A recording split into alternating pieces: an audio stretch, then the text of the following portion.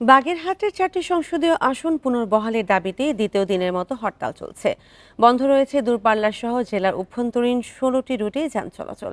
সর্বদলীয় সম্মিলিত কমিটির ডাকা 48 ঘন্টার হরতাল শুরু হয়েছে বুধবার। গণপরিবহন বন্ধ থাকায় বাগেরহাটের সাথে দক্ষিণের অন্তত 4 জেলার যোগাযোগ বন্ধ রয়েছে। ভোগান্তিতে পড়েছেন বিভিন্ন গন্তব্যের যাত্রীরা। মহাসড়কগুলোতে আইন শৃঙ্খলা বাহিনী টহল রয়েছে। বিশৃঙ্খলা এড়াতে বিভিন্ন স্থানে বাড়তি নিরাপত্তা ব্যবস্থা নেওয়া হয়েছে। এদিকে হরতালের কারণে বন্ধ রয়েছে জেলার বেশিরভাগ ব্যবসা প্রতিষ্ঠান। সন্ধ্যা 6টা পর্যন্ত চলবে হরতাল।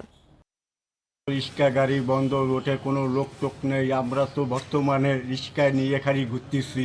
74 সাল থেকে আমাদের এই সংসদীয় আসন আপনার এই 4টি আসন ছিল।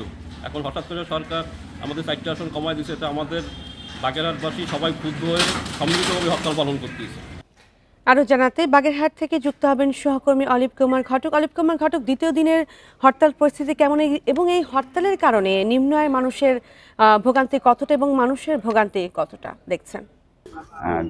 আপনি জানেন বাগেরহাটের 4টি সংসদীয় আসন পুনর্বহালের দাবিতে গতকালকে থেকে কিন্তু টানা 48 ঘন্টার যে হরতাল শুরু হয়েছিল সেই হরতাল কিন্তু এখন পর্যন্ত চলছে। এই হরতালে কিন্তু শান্তিপূর্ণ হরতাল পালিত হচ্ছে।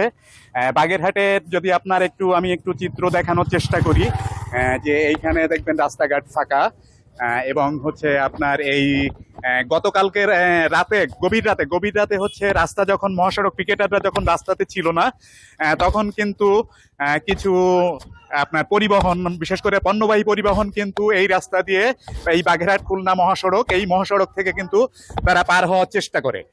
তো সেই গাড়ি কিন্তু আপনার গভীর রাত্রে পিকেটাররা খবর পেয়ে কিন্তু তারা এই রাস্তা ব্যারিকেড দেয় এবং সেই গাড়ি কিন্তু সব আটকা পড়ে। তো এখানে আপনার সব থেকে বেশি সমস্যায় পড়েছে এই টানা হরতালের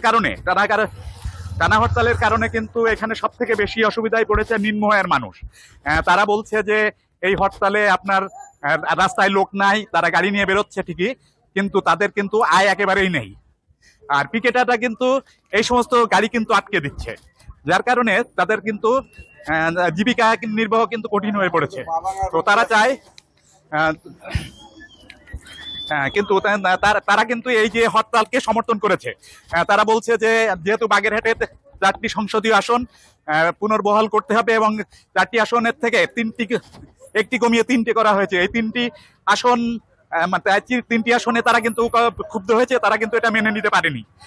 তো সব মিলিয়ে বাগেরহাটে বিশেষ করে নিম্ন আয়ের মানুষ হচ্ছে সব থেকে ভোগান্তিতে পড়েছে। আর যাত্রীদের কথা যদি বলি, দূর দূরান্ত থেকে যারা আসছে বিভিন্ন রাস্তা ভেঙে, বিভিন্ন ব্যারিকেড ভেঙে কিন্তু তাদের আসতে হচ্ছে। তারা আপনার আমি এখানে কথা বলেছিলাম, এখানে যাত্রীরা পিরোজপুর থেকে, বরিশাল থেকে, গোপালগঞ্জ থেকে যারা এখানে আসছে তারা কিন্তু পদে পদে বাধার সম্মুখীন হচ্ছে এবং তাদের কিন্তু খরচ বাড়ছে। তো সব মিলিয়ে এই যে ভোগান্তিতে পড়েছে, তারা এই ভোগান্তি থেকে মুক্তি চায়।